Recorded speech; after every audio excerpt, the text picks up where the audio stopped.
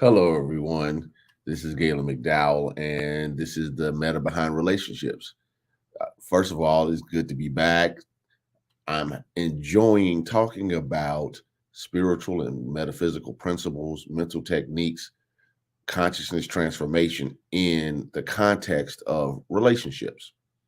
On this 5S for Love platform, we are trying to make sure that we cover all the bases. And this is one of the things that we want to make sure that you understand. So today I'm going to be talking about you are the cause and the effect. And I'm sure many of you all have heard cause and effect before in many different ways, growing up in school and things of that nature. And I want to relate it basically to the mind and how the mind is cause, and you also get the effect of the mind. So you're experiencing yourself as the cause and you're experiencing yourself as the effect. So to help me with this conversation, I'm going to invite again the founder and CEO of the 5S for Love, Christine Burkett. Christine, are you there? Hey, Gaylon. Hey there. How you doing? I'm excited about today. I think, with all the things, and people don't know, Gaylon sends me a lot of links and things, and I read and I watch and I read and I watch. I read books. I picked up one of the books that you referred to me like 2 years ago, and I'm rereading it because cause and effect is so important about how your life plays out. So I just want to thank you. I'm really hoping that not only me, but the viewers get something out of this where they can kind of move forward and understand how they can really reshape their lives. Because this is like really a huge, because to me, I'm looking for a shift. I think some of the things that I do could be a cause and effect situation, and I need to put a pause on it. So you guys know, sticky note and pen. Although I'm here with, I always take notes. So Gaylon, I'm ready to get started. All right. Are you ready? Yeah, I'm ready. Okay, Let's get to it. So for me, I always ask the question, what do you mean when you say a person is the cause of their relationship? Like, what does that mean? Well, that means that, first of all, when it comes to your relationship, you have to take 100% responsibility for being in it and choosing it. Many times people don't like to admit that even when they're complaining, that complaint is their choice. They didn't just magically appear or get teleported into a relationship. Whatever the situations and circumstances are, red flags, yellow flags, etc., not paying attention to your intuition or just the very conscious choices and decisions you made to be in something, the first thing is you have to own it. You're the cause. Right. All right. The second way in which you're the cause is that you've heard me say this many times before, that every individual is a mental field that is radiating and attracting according to their dominant ways of being, their thoughts, their feelings, their beliefs. Therefore, in the context of cause, it can be 300 people in a room. Why are you vibrationally matching with someone out of 300 options? And yet the two of you all get together. The two of you all hit it off. The two of you all are drawn to each other. It's a vibrational match. And the vibrational match doesn't always mean that we have a whole bunch of things in common. The vibrational match can mean that we have things that complement each other. All right. So when I'm talking to students or clients, I try to get across to them that you have to first recognize that you are a mental field. You are radiating something. What are you radiating? Dominant, many times unconscious thoughts, feelings, and beliefs Okay. that bring unto you the people, places, and circumstances that correspond and align with where you are in consciousness. The problem is most people don't know where they are in consciousness.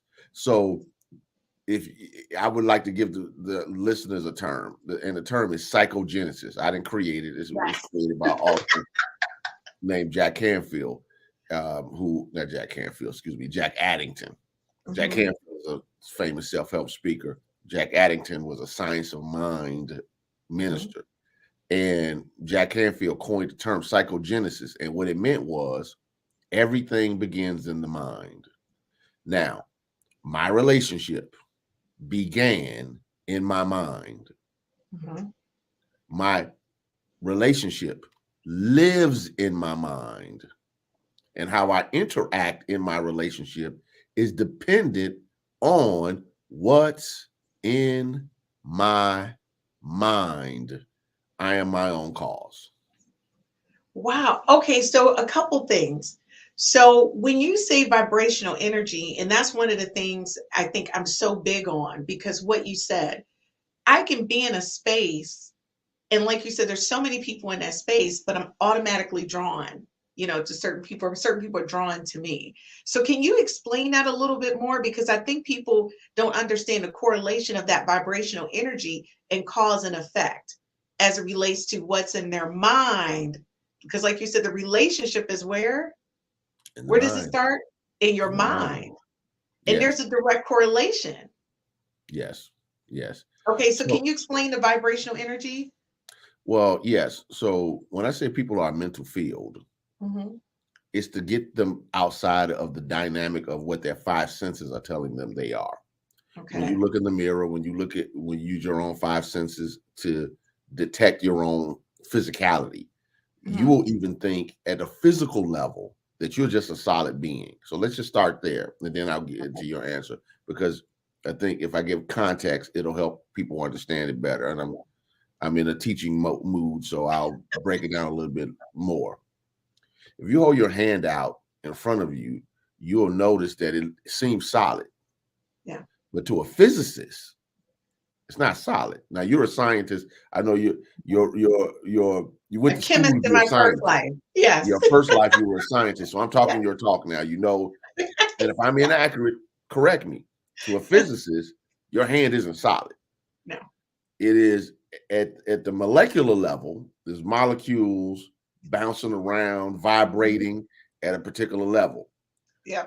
If you look at it with a stronger microscope, you'll see atoms, Yes. many sometimes far apart, space in between them, bouncing around as vibrational energy. You get a stronger microscope, and then that's subatomic, and then you can see the protons, neutrons, and electrons. All right, and you're like, wow, man, it's a nucleus. And you see all the stuff we see on the cartoons and in the science books. And if you get a stronger microscope, then you get into quarks. You get a stronger microscope, and now you're dealing with what quantum physicists called the field. Some call it the God particle. Some Yes. they use different. They have legitimate names, but they have a nickname. They call it the God particle. Now, why am I going this deep into physics? Because at the physical level, you're not even who you think you are. All right. At the physical level, you're 60 trillion cells. You're a colony of 60 trillion cells. Yes. At the molecular level, we don't even know how many. We can't even count. At the atomic level, we can't even count. At the subatomic level, we can't even count. So even though you think you're a physical being, your aggregation or a colony of cells that a central intelligence and power or force is keeping together to present itself as the physical you. Now, that's my physicist conversation for the day. Now, if that's true for you at the physical level, What is true about you at the mental and spiritual levels? So when I tell people that they're a mental field at the Mhm. mental level, that is saying that thought is mental energy. Thought is Mental vibrational. energy. Belief is an emotion or energies at their plane of existence. So energetically, we project like an aura going out from you, extending from you, just to give Right. people a visual to match up with that which corresponds to us, even if it's unconscious. Because many times we'll say it's one thing, which I'm going to talk about later, but we really want something else. So vibrationally, you go into a room, and what you don't know that's happening is your field is accepting and rejecting people, places, and things energetically. That's why you can walk into a place and the vibe is off, Yeah. and you're like, I need to leave here. This isn't my vibe. Now we say things like that without ever investigating. What does that mean? What does that mean? What does that mean? I walked into places and knew automatically I don't belong here, and I leave Right. because energetically it wasn't a match. Now here's Right. the thing. That person that you might not like anymore, that you used to date or used to be married to, at one point you were an energetic match. That's like an aha moment. Hmm? So either you've grown either to the right or the left, but regardless, you guys used to vibrate at the same frequency. To complement each other. That doesn't mean that you are always like a, people say like attracts like. Like attracts Right. like does not necessarily mean we like the same things. It just Right. means they complement each other. Okay, I like this. So that kind of leads into the next question I have for you because this is really interesting. What do you mean when you say a person wins the effect of their relationship? Um Wins. So if I'm the cause, Okay. then the cause is always linked to an effect. Okay. So the outcome is consistent with the cause. Therefore, I'm always winning the game of cause and effect because the effect is always consistent with the Cause and cause. effect is always what? The effect is always consistent with the The cause. effect is always consistent with the cause. So Yes. explain that, like, like in Christine terms, not in meta, but in Okay. Christine right All right. Christine terms. Watermelons don't look like watermelon seeds, but we're very clear that watermelons come from watermelon seeds. And the Yes, that's a effect does great not always point. have to outwardly look like the cause for it to be true. Okay, so that makes a lot of sense. So when you're looking at a relationship, it's kind of pinpointing you're looking at the effect, but what was the cause for that to occur? Right. Right. And so can you go, because I know you do a lot of relationship counseling where people are looking at this is the outcome, which is the effect, but they're never looking at the cause. And that Mhm. cause may not mimic what they're expecting to see. Right. Yeah. And Okay. then some people have delusional causes. And, and it's no other way for me to say that after years of counseling people, 2 decades worth, Great. I can say that with some level of confidence without feeling as though I'm insulting people when I say this. And for those who have listened, if you are part of one of the couples I counseled or a person, I'm not talking about you. Let's be clear. I've That's the talked to a lot of disclaimer. So people, there we so go. don't make that assumption because sometimes people he's talking about us or Oh no, talking you've about been me. counseling for over 30 years. Yeah, well, not Yeah. 30, but 20 plus. Yeah. Yeah. Long time. So when I start talking about effects, what I just try to do is do a few things. Effects are results. All right. And what I try to help people understand is this is the result you're getting based upon the thoughts, feelings, and beliefs you're holding. Now, for the health of your relationship or the health of you, of yourself to be able to go forward to have a healthy relationship if you're not in one right now. Well, these beliefs that show up as these outcomes can give you what you say you want. Because this these beliefs create actions, create behavior, create communication, whether energetically, physically, or audibly, that produce particular outcomes. And if you, if you're, I tell you, if you're talking to me about this, it's already something that's a concern for you. Exactly. All right.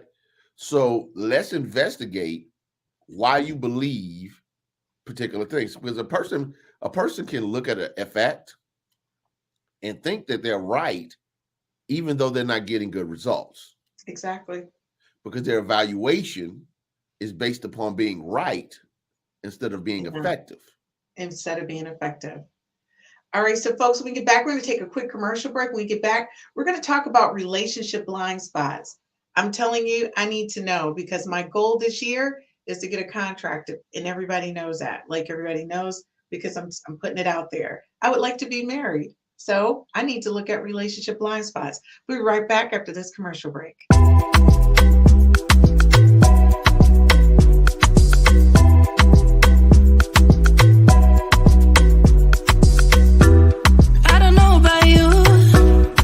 Make me crazy. Never got your name, but you got me begging. All I know about you like to pick and choose.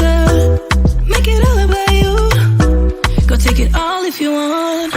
Taking the chance, stuck in my head, not gonna leave it at that. Taking the lead, feeling your heat. Just wanna give you my best. I don't even know your name, but you got me. 'Cause you're all the die.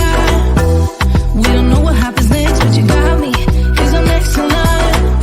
You make it look so easy, making me feel so dreamy. Not the one who pays for drinks, but you got me, 'cause you're all that I. Got me locked in now. Go ahead and take a shot. Do you really want me? Maybe you're just... Welcome back to the Meta Behind Relationships. We're having a conversation about you're the cause and the effect. And Christine has a lot of questions for me, so I want to make sure we maximize this time and let Christine get to her questions. Okay, so I have to know about the blind spot. I think a lot of times, whether you're entering into a relationship or you've been in a relationship, sometimes you guys are overlooking that there's a blind spot. And I know for me, that may be a big issue. So if you can help define that and what things we need to do in order to avoid that. Sure. So many people have heard this before because it's been written in many books and taught by many teachers and philosophers through the years. This isn't original to Gaylon McDowell, but I just want to make sure that I bring this conversation to the table. In your awareness, there's what you know, what you know that you don't know, and what you don't know that you don't know. So let's deal with it. There's what I know. For instance, I'm going to use an example. What I know that I know. I know I can teach metaphysics. I've been effective doing it for 25, 26, however amount of years, 20. This is my 27th year teaching metaphysics. Actually, wow, 27 years. Wow, that just paused. A long time. 27 years. I know how to teach it effectively, help people get results that they desire. I have an expertise in new thought, metaphysics. That's what I do. All right. Now, I know that I don't know how to fly a plane. All right. I'm very clear that I have no business being in a cockpit of a plane trying to do anything. It is not a skill set. All right. So I know that I know that I don't know how to do it. Right. What creates the blind spot is when I don't know that I don't know. All right. So I might think, for instance, I'm just using as an example, I might think that I could pick up a basketball at my stage of life and go down to the United Center on the west side of Chicago, Right. and run up and down the court with the Chicago Bulls players that are young enough to be my son, a son of mine, if I had a son. Yeah. And my delusion can make me believe that I can do that, but I don't know that I don't know. Right. All right. Now, in the context of relationships, what is it that you don't know that's interfering with your relationship? What is it that you think you're competent in that you're really not? What is it that you think you're good at that you're really not? For instance, because I know you will going to ask me, give me an example. You might think you're a good judge of character. Yes. But I'm not. But you don't know that you don't know that you're not. You don't know that your emotion overrides your logic and your intuition. Mm-hmm. What you don't know is that you have a lot of subconscious triggers based upon either your childhood or previous relationships. What you don't know is that you're a poor communicator. What you don't know is you really haven't figured out how you land in the context of a relationship. What you don't know is, what does a man mean to you in a relationship? Having a man. What does being with a woman mean to you in a relationship? It's easy to say, I just want to be with somebody. Okay. Right. What does that mean? It's a blind spot. And the blind spot disrupts things, because the problem with the blind spot is you will function as if you're aware of everything and you're not. And then you can get frustrated because you're getting effects based upon causes that you're not even aware of. And that's the danger of it. I'm not even aware of why I'm messing up this thing, or I'm not even aware why I'm attracted to this chump or this loser. And I know that could be hard terms, but chumps and losers is not a male or female. No, it just means that if the lady's consistently attracting Pookie, it's a reason. Right. It's a reason. And I think what you're saying is so valid, because I find that a lot of my female and male friends are consistently dating the same type of person, getting the same outcome. And they're not understanding it's a cause and effect. And the other thing is, when I have conversations with them, that I explain to them in the nicest way I can. Like in one particular friend, she's very emotional. And I try to, help her, like, if you're this emotional with me, if you've shared time with a man, you're even more emotional. So maybe you need to kind of reflect and look at that to see how you can dial it down a little bit, because it's a little bit extreme. And then a male friend of mine, he's kind of dismissive of women, but I know why, because, earlier on, his mom and his dad divorced, and it wasn't great. And he ended up living with his father.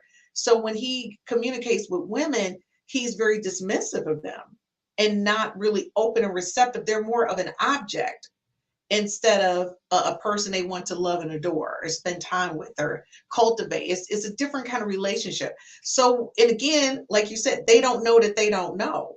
It's like, because it's part of their normal habit. So that kind of leads into my next question, because, I'm all about my questions, is how do you change the cause to get a different effect? So if a person's doing something, they don't know they're doing it. First, how do you recognize, or do you go reflect on your previous relationships and outcomes? I don't know. Like, how does that work? Yeah, a couple of things, obviously. Besides hosting podcasts and teaching classes and courses, obviously, I work in ministry, so I'm always a big believer in getting help. I'm a big believer in that. Reach out to somebody. Sometimes your blind spot can be so strong that normal means of pulling you back, sometimes it's it's a Herculean effort, not impossible, just Herculean. So and being married to a therapist, so she's always gonna say, tell people to get therapy, but uh I have to start running her commercials. yeah, she needs some commercials on here. I have to tell her Yeah, that. she needs some commercials. So obviously I'm a big believer in getting help. Yeah. So let me just put that right out there. People have, as long as obviously I believe in competent help. Yeah. And competent help is not, girlfriend and buddy all the time. Unless you have somebody that's really, really wise that you feel as though you can trust that they'll guide you in the right action. Normally going to get somebody that's objective helps better. Mm-hmm. But on a one-on-one basis, all right, outside of the Herculean effort, a few things. One, just ask yourself, okay, why does this keep showing up? Like, and stop, because I'm a big believer that, if you start asking yourself introspective questions, you'll get answers. Why does this keep showing up like this? Why the same type of situation and circumstance? And don't let it go. Mm-hmm. Keep asking your mind the same question. All right. Just like you ask yourself, why is it that I can never be happy in or whatever? It'll tell you, just like that. So just keep asking yourself that question. And then you start drilling down. Why do I believe this? Like you brought us some friends and the male who had the situation with his parents. Why do I believe this? Because that belief might be based on a perception of a child that's driving an adult. All right. So you start asking yourself, why do I believe this? Is it true? Right. Okay. Is this my opinion? Is this my story? Can I separate, fact from my story? One of the things that I often tell people, and people don't like to hear this, and I even say it to family sometimes, your story is not the truth. I love that. So it doesn't go over well. But I'm me. So I'm going to say your story is not the truth. Your story is the meaning you gave a particular experience. Right. All right. Now, how do you change it? Besides those questions, I'm a big believer in what Napoleon Hill, who wrote Think and Grow Rich, he would call it auto-suggestion. Yes, he does. So in Think and Grow Rich, which I'm a big fan of, I've taught the book numerous times. Great book. Live classes. Even in church settings, because I love the book that much. It's a great book. And I'm a big fan of, just on a side note, I actually talked to just popped in my head. Last week I actually talked to Dr. Dennis Kimbrough, who wrote the Black version of Really? I got caught up with him, Oh, also, I think just telling me as a fan, and I think everyone needs to read that book at the beginning of every year. Yeah, so that's one of my favorite books. Yeah, so he wrote the Think and Grow Rich, a Black choice. Yes. But going back to which is a masterpiece in and of itself. He's rewriting it, by the way. Oh, is he? Yeah. Tell him his #1 fan. Shout out. I'll probably be following up with him soon, so I will let him. I would love for him to come on here with you, and I'll just produce. You guys can just talk. He doesn't talk about relationships, but we can figure out how to talk about money and relationships. No, because money and relationships is very valid. That's what the show is on Saturday. So yeah, I would love for him to come. But go ahead, because I know you're getting to your point. I need the point because I'm taking my notes. All right. So auto-suggestion. And what he talks about it is you want to impress upon your subconscious mind the ideas that you desire to express. Okay. So what that means is you have to hammer it in. We have many times very crystallized, hard beliefs that don't go away easily.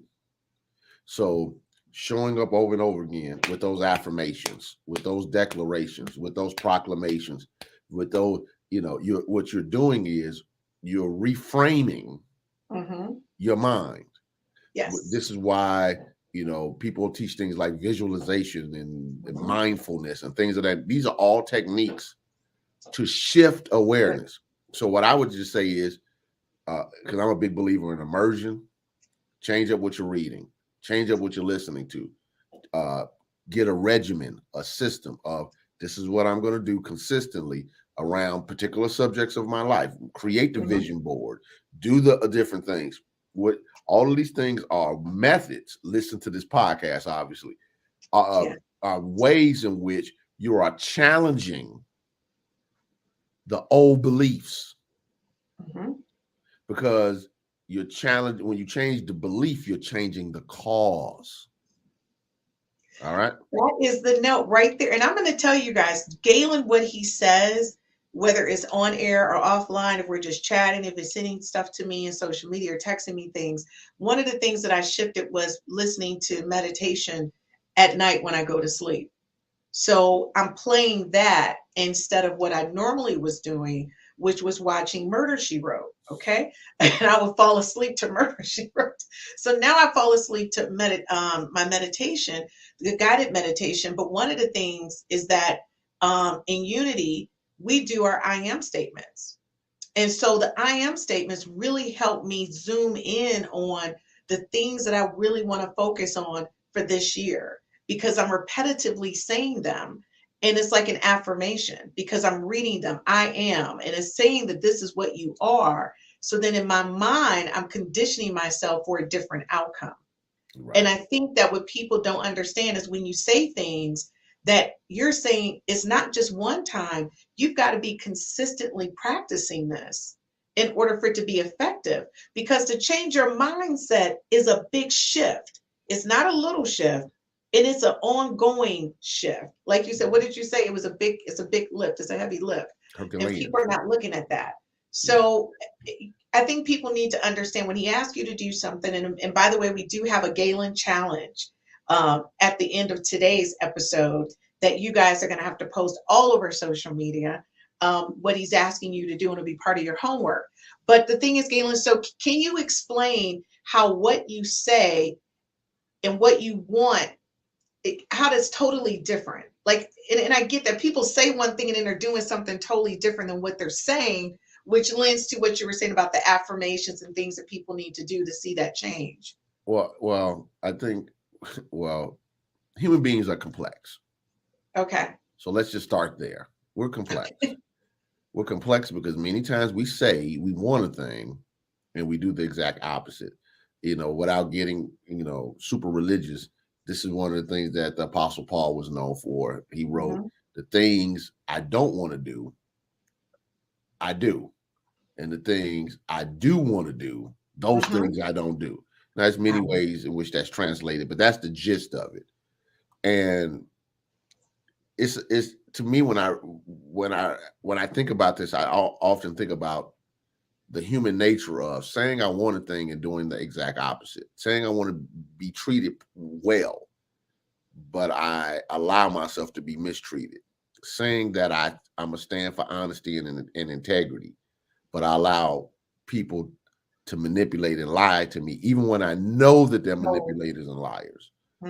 People who say that they want a particular type of experience, but they have different type of people around them.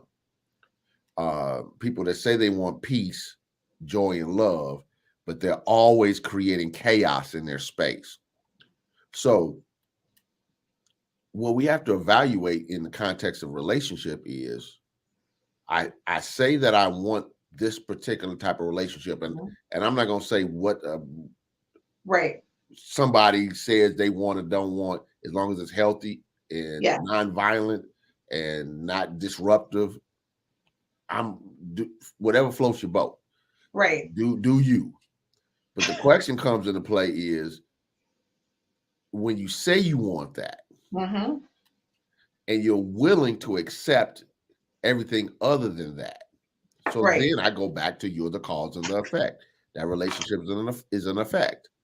What you're experiencing is an effect. What is the cause that makes you verbally say, this is what I say I want, but this is what you're willing to accept?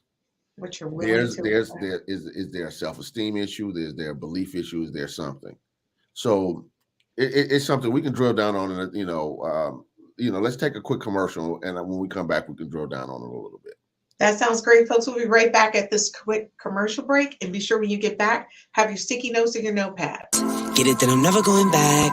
Get it that I'm never going back. I get to it first, I got you mad. I guess that when I get to it last. Get it that I'm never going back. Get it that I'm never going back. Going up, going up, going up, going up, going up, going up. Get it that I'm never going up, going up.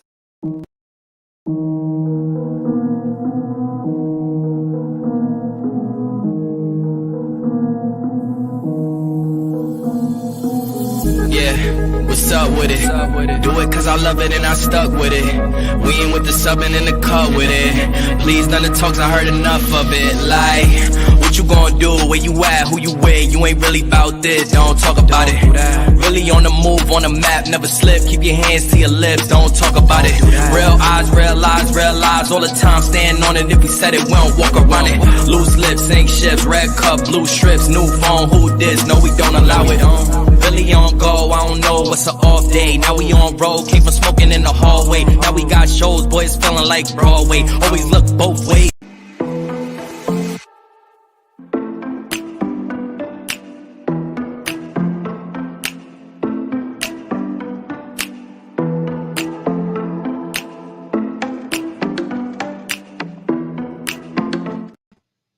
Welcome back to the matter behind relationships. Christine, I was dealing with the question about people saying they want one thing and experiencing something else. And I wanted to add one point, or a couple of points. The first one is, am I willing to be the type of person that can create this experience that I say I desire? Like that. Some people at their present level of awareness just don't have the bandwidth. Right. They don't mean they don't have the potentiality. Right. They just don't have the bandwidth. And sometimes you just have to know that that's okay. Mm-hmm. And let people be where they have to be and need to be without you trying to drag them along for the ride. Yes. Because the need for you to drag them along for the ride is cause and effect. What is it about you that makes you feel as though that you have to be somebody else's savior and drag them against their will? All right. Yep. So are you the type of person that has the bandwidth to create what you say you desire? Because some people say they want a thing, but they're their beliefs are too ingrained. They're unwilling to change. They're unwilling to release. They're unwilling to forgive. They're unwilling to transform. Right. They expect people just to accept them. This is who I am. Accept me who I am. God loves me, or we do the Tupac, only God can judge me, and all of that type of stuff, which is ridiculous statements because nobody has to accept anything about you. Exactly. God loves you for who you are. Right. I get to choose to be with you. It's a choice. Right. Now, some people just don't have the bandwidth, and I think that that's one of the toughest spaces to be. We understand this sometimes with children. We're like, okay, this child, any sensible parent will see a child spill something. Instead, I'm pulling this belt off and about to beat you with a chair. Recognizes at that age that child is still developing. It could be a conversation, etc. We don't realize this is the same thing with adults. Just because a person looks good to you, smells good to you, feels good to you, does not mean that they have the mental and emotional bandwidth to be a healthy partner. And if you choose to drive through all the red lights, all right, to be with a person, then that tells you that what you want matters to you more than what's right for you. Wow.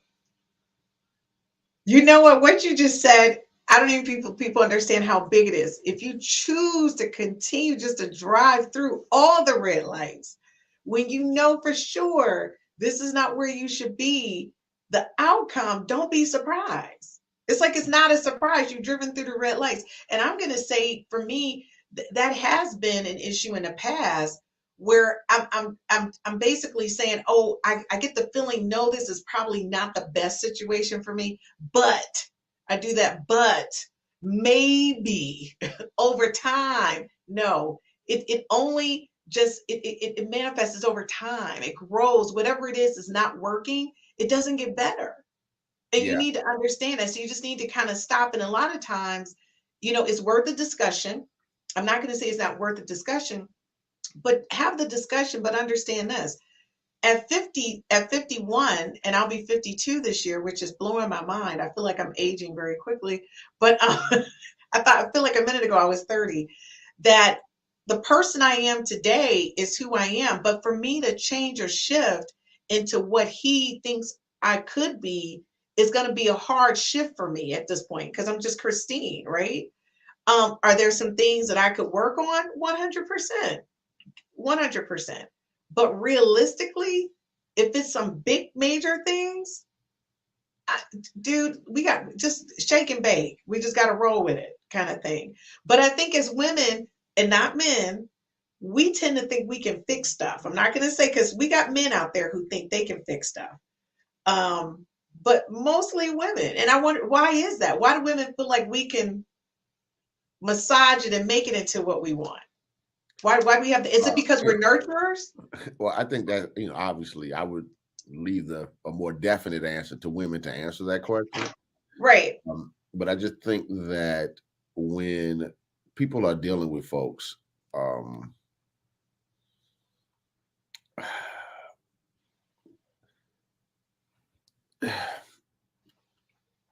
yeah, I'm trying to figure out a cycle down way to say what I'm about to say, because obviously these podcasts go everywhere and it's easy to be misunderstood and misinterpreted. Right.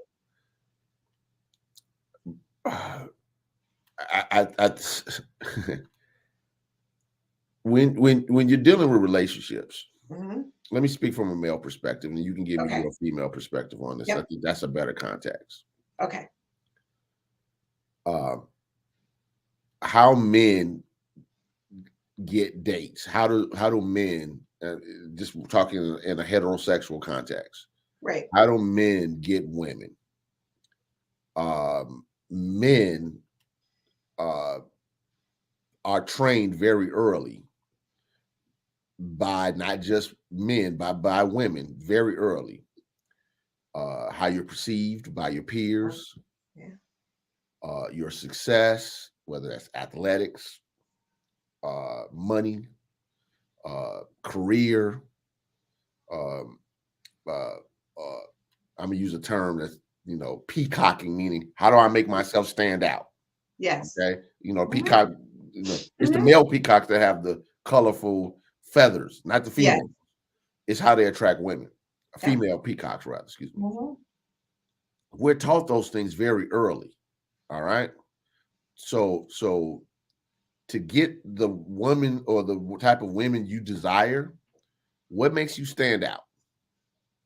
The majority of men don't date. The majority of, if you look at the statistics, you've done, think about the last 3 years you've done just on dating research. Yeah. It's women that have, people talking about the women having out of wedlock children. Yes. It's by the same guys. The same guy got 5 baby mamas. Exactly. But that's also 5 guys who are not dating at all. Exactly. Okay. So because it's a confidence, there's a perception that you have to present yourself in a particular way to be considered a potential partner. All right. Partner. Now, how do you feel as though women have been trained to get men? Oh, women have been trained the total opposite. I mean, we have that peacock syndrome, but that's not what's really cultivated. What's cultivated is that you're a homemaker. Well, let me say it's a transition. So I think initially that legacy, that concept is still in men's mind that women are homemakers and, we cook, we clean, we're your support. But over the years, after the women's live moment, we've transitioned to we've got to go out, make that money, go get those degrees. We're moving and shaking. So it's like now it's like a menagerie of old school with new school thinking, and it's now we've bundled it into women empowerment, which I think that could be communicated in so many different ways. So for me, and I can only use myself as an example, I'm very old school. Although people see me as new school kind of thing, when I come home, my job is to be the mother, to be the wife, to be the nurturer. I believe in keeping a nice, clean home. I'm not big on the cooking, but I'll support my husband who cooks and I'll do the prep work. But my thing is, I'm not good in that area, but every other area. I'm very particular about making sure that my husband or my son or my children have everything that they need, right? But at the same time, when I walk out that door, I'm a CEO and I'm about my business. So I think, for us, women think that degrees and money is what's making us attractive because we're looking at what we're attracted to in men. Men don't look at that. Men are looking at us physically still as, is she physically appealing? Can she cook? Can she clean? Does she present well? And I'm saying to us, it's like a conflict a little bit. And then also bundled in that is your sensuality and your sexuality. So women really get kind of twisted because now a lot of women feel like, well, I'm making money. I've got multiple degrees. I present well. I look good. Why don't I have a man? What's missing? Right. So what I'm saying is, based upon what you're saying, is that women are not using the same leverage points to get into a relationship. It's still appearance. Yep. It's still feminine wiles. I'm gonna use that as an overall term of what you explained. It's still is this somebody I can have on my arm? Sensuality, sexuality. Yeah. It's various things. I'm not saying that the other things don't matter. Let me be clear. The reason why I'm saying that is this. If potentially ladies, maybe not all, but some, many, maybe the majority have been taught that they use sensuality to manipulate a man's behavior, then it's easy to believe that you can change someone. Exactly. Whereas men leverage power, money, I'm using the term fame, even if a person's not famous. Yeah. But in your own small pond, you can be a big fish. Yeah. You can use those different things for leverage. What makes him stand out? Yep. So a guy's not looking at the lady saying, "Let me change her. I can do something with this." Well, I've heard women say they do say that. I can do something with him. I can do something with that. Men aren't thinking I can do something with that. Men are thinking I want that. Exactly. Totally two different things. Okay. So it's easy to get caught into manipulate. And then if you're a younger girl and you're hearing older women in your family talk about how they know how to use their voice tone, their touch, their whatever to get the guy to get with what they want, then it's learned.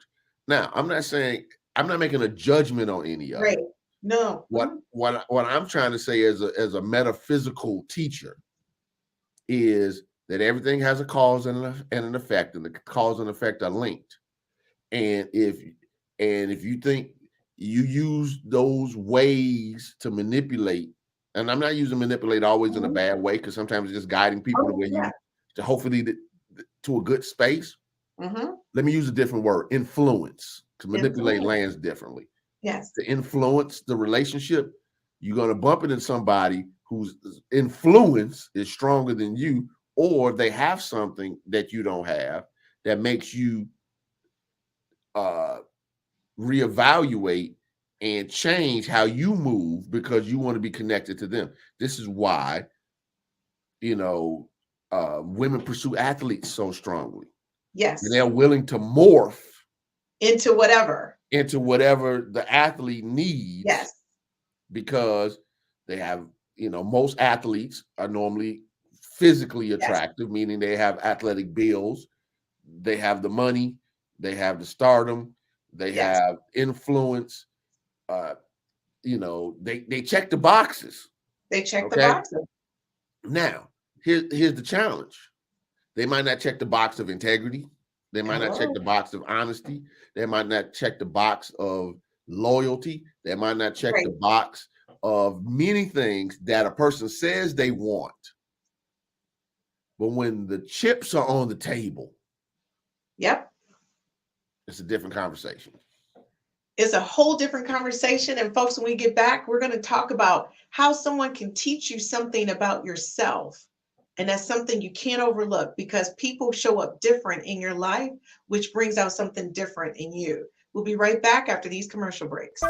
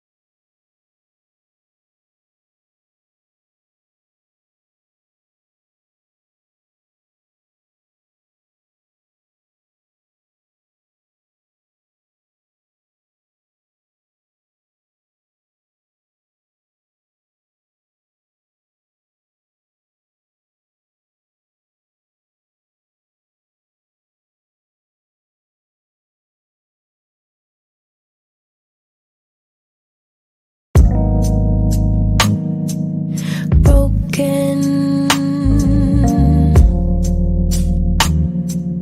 future, all the plans you made in your heart grew just to die.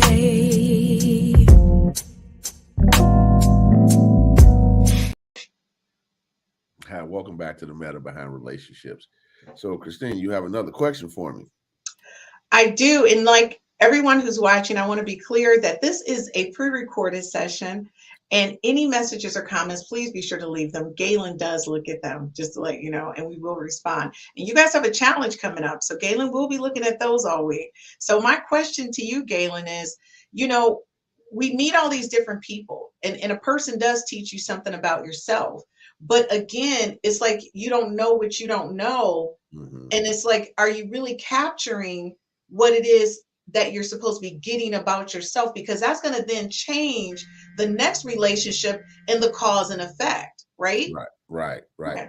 Some people, in years of counseling, one of the things that I've discovered is many people, for instance, say, I'm not a jealous person. And they display exceptionally strong jealous behavior. I don't care about that. Right. And they're all over. I mean, everything. Who you talking to? Where you going? Who texting you? Who whatever, etc. That's jealous behavior. It is. But because people want to have a belief that my self-esteem can handle whatever comes down the pike, they don't want to be honest enough to know that they fear a sense of either loss or inadequacy. Right. Okay. And some people even have a fear of, I know I'm not doing what I'm supposed to be doing. I'm not willing to change, but I don't want the person to leave me. Uh-huh. So when you're in a relationship, one of the things that a relationship does is because of its level of intimacy, is it helps you get a clearer picture about yourself. You might not think you're emotional until you get into that relationship. You might not think that you're unforgiving until you get into that relationship. You might think that you're not cold until you get into that relationship. You might think that you're a selfless person and get in a relationship and find out you're very selfish. Yes. It gives you an opportunity. Relationships give you an opportunity to learn from yourself. You learn from everybody. Uh-huh. But the connection, the intimacy of a committed relationship or marriage allows you to expose yourself to vulnerabilities that are not Yes. necessarily in other relationships, not even in a parent-child relationship. All right. Yes. Just, sharing, your innermost thoughts, feelings, and beliefs with another individual, sharing Right. your past hurts with another individual, sharing your body with an individual. And I know that is being devalued now and desensitized, Yeah. but being with somebody sexually is still your mental field, always attracting. Yes. I mean, projecting and attracting. I forgot what I'm saying. Radiating and attracting. So Yes. even that situation is a form of vulnerability and intimacy. Yes. Therefore, you have to stop and ask yourself, what am I really learning about myself in this Mhm. relationship? What am I learning about what I really like and what I don't like? What am I learning about what matters to me versus what I say matters to me? What am I Right. willing to tolerate? What am I willing to compromise on? What am I Mhm. willing to not compromise about? It gives you an opportunity to learn in ways that you can't learn in anything else in the human experience. So, a relationship in and of itself Mhm. is one of the greatest, if not the greatest, soul teaching tool we have available to us. And I think people need to really take advantage of that. I think the way that I show up as my son's mom is different than the way I show up when I'm in a relationship. And I think people need to look at that. And one very important thing that you stated was you don't know who you really are until you experience that vulnerability with someone. So I say that because I say I'm not jealous, but the love that I have for my son, I would jump in front of a car to protect him. And I didn't know I had that in me until I had a child. There was nobody I was jumping in front of a car for, Mhm. right? Right. But with him, and my son is 6'4" and a linebacker, he should be jumping in front of a car for me, but I'm still mama. So to Mhm. me, my baby, I gotta protect him. When he calls me, he has a cold or I go right into like he's just a toddler, right? Mhm. But he's not, but he's still my baby. So there's Mhm. different. But the thing is, I realized that showed me that I would be good in a relationship with a man because of the way I loved him. And I said, you know what? There's space for me to love somebody differently, but I can do it. Like I wasn't really sure until I had a kid, which is weird, right? It took me having a kid to realize that I could be in a relationship with a person.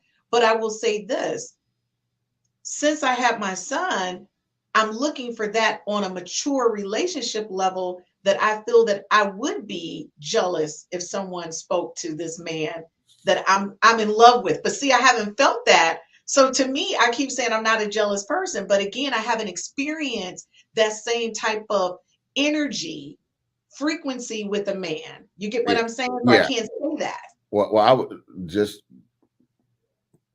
potential teachable moment. Yeah. Uh, what I would say is the context of a parent-child relationship, even with its own vulnerabilities, and I understand that is, I have a 23-year-old daughter, We 20-year-old just stepdaughter. love.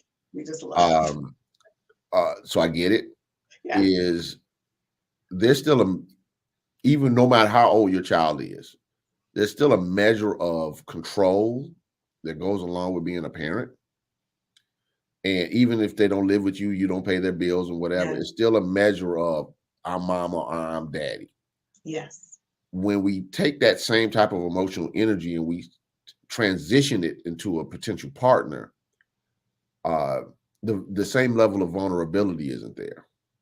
It's not. And so what ends up happening is, um, can I feel this vulnerable if I can't control it? I know. So so so That's what so so sweet. um analytical Mhm. people tend to want that control.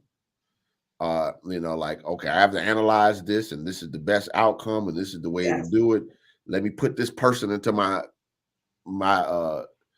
spreadsheet, Mhm. and these are the Yep. outcomes. And then we discover that life isn't It's simple like that. it's Okay, not. and it creates frustration because Yes. it's easy just to say, if this person could just get on my game plan, go along with everything, will be fine. But they weren't put here to be in your game plan. They were put here to discover their game plan and discover how they can match and create new game plans with potential partners. Correct. And so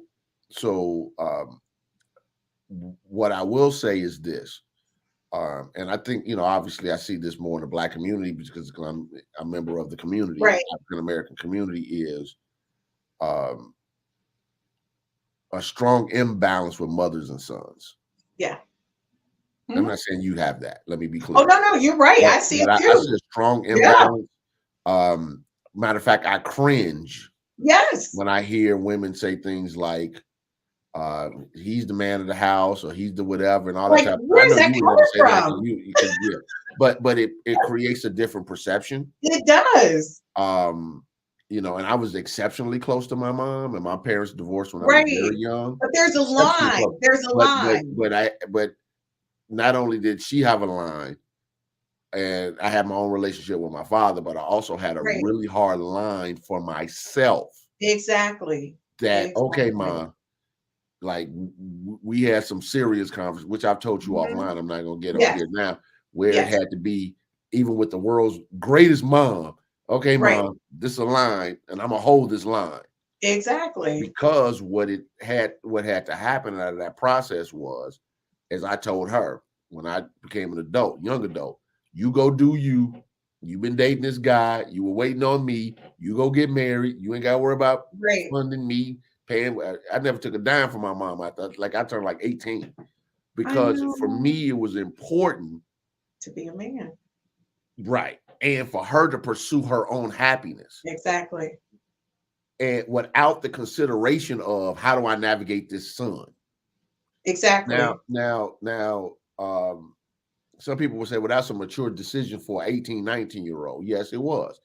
But at the same time, that was how I was raised to be responsible. You were cultivated in that culture. In a culture that allowed me to be able to make decisions that some other people didn't make. So what I will say is this. Ladies, of course, love your sons. Yep. And don't substitute parenthood for what your soul needs at an intimate level. Oh, thank you for saying that. I say that so many times because I do have a really good relationship with my son, but at the same time, he knows I'm the mama. There's no equals. You're not the man of the house. You never were. You're my child. I love you. You can talk to me about anything. But he did exactly what you did. When he went off and he says, Mom, I'm going to college, he was like, I got me. I'm a man. If I don't have it, I'll call you, but it's got to be an emergency. I'm not going to call you. And I love that about him, that he's so responsible, and he's 20. And even now, he won't take any money from me, and I love that. But at the same time, I'm still mama bear. So I didn't see him wearing a coat, and I went and bought him 2 coats. And he was just like, Mom, I got coats. It's just that I don't really need to wear them. And I was just like, but that's the thing we do to as parents. So I'm going to say, ladies, again, I raised my child as a single mom. I wasn't trying to play mom and dad. I just tried to play the best parent I could. And that my son understood that there was a line, and he still understands that. So you got to understand, if he's the man of the house, when you meet a man, how can that man then become man of the house if you already got one? And you've conditioned him to think that he has a voice in that space. So you got to understand how to divide that. And that's what Gaylon is trying to say. It's a different kind of love. It's a different kind of relationship. And it should be. So guys, before we go to commercial break and he gives us our homework, I want to share with you guys what Gaylon wants you to do. Is Gaylon's Cause and Effect Challenge. Post your outcomes or comments on the 5S to Love social media sites. We are on Facebook, Instagram, Twitter, LinkedIn, and TikTok. We come back, he's going to give you your homework, and that's going to be Gaylon's Cause and Effect Challenge. He's going to ask you to do something for an entire week, and he wants you to post it because he wants to hear from you. So guys, we'll be right back after this commercial break, and Gaylon's going to give you your homework so you know what to do. Get your notepads out. This is serious business.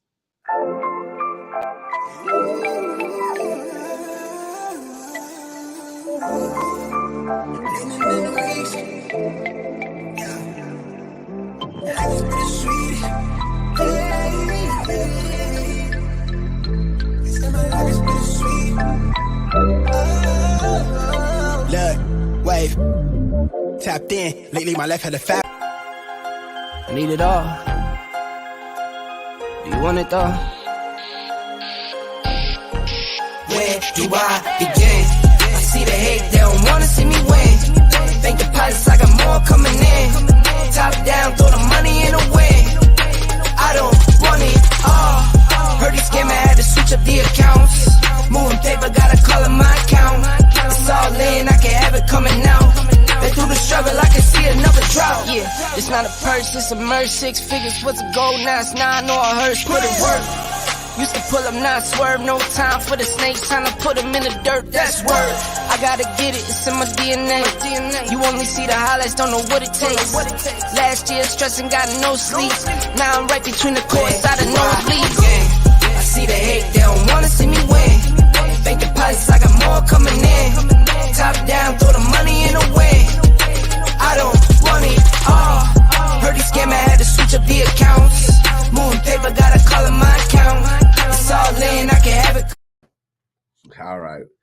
So I have just a quick exercise for you all. A couple of weeks ago, I posted a webinar or a seminar, online seminar for called Visualize for Success on YouTube. Visualize for Success. And what I did was I went through the mental techniques of how do you visualize, how to use your power of imagination to manifest desires. And I also talked about how to create vision boards, or an alternative to a vision board, which is a treasure map, which is it's more of a spiritualized version of a vision board. And I also talked about the visioning process. How do you call forth that higher inspiration? How do you get connected to your intuition? How do you get your spiritual guidance? We put all of this in about an hour and 25 minutes. It's a lot of information, but in the context of the relationships, rather, I want you to watch the video a few times. Then I want you to pull out of it the strategies you can use to start either improving your relationships or your relationship. I'm a singular relationship. I realize people have relationships out there. Again, float your boat as long as you're in integrity, or to seek to get the relationship you desire, because you might need to visualize or vision board or make a treasure map for what it is that you desire. I want you to then put those on the different networks, the Instagram, the YouTube page, all of these different ways in which 5S for Love shows up. You can contact Christine directly through the 5S for Love website, however you need, or DM me. I'm on Instagram. I have a Facebook page that's public called Truth Transforms with Reverend Gaylon McDowell, which is connected to my other podcast. There's ways to get in contact with me. I'm on Twitter. There's ways to get in contact with me. The key is this. I want to be able to see publicly, if it's okay, how you're using the techniques so other people can see the value in it. If it's something that's private that you don't want to share, I understand you can reach out to Christine or me, and we'll make sure that we reply properly. But if it's something you can publicly state, yes, this works for me. Yes, I agree with this. Yes, I did it. Yes, I watched it. This is what I got out of it. I would greatly appreciate it. So that's your homework for the week. So next week, we're going to rock and roll. We're going to get back into some more subjects about how to work with your own awareness, your own mind, your own consciousness to create the relationships you desire. God bless.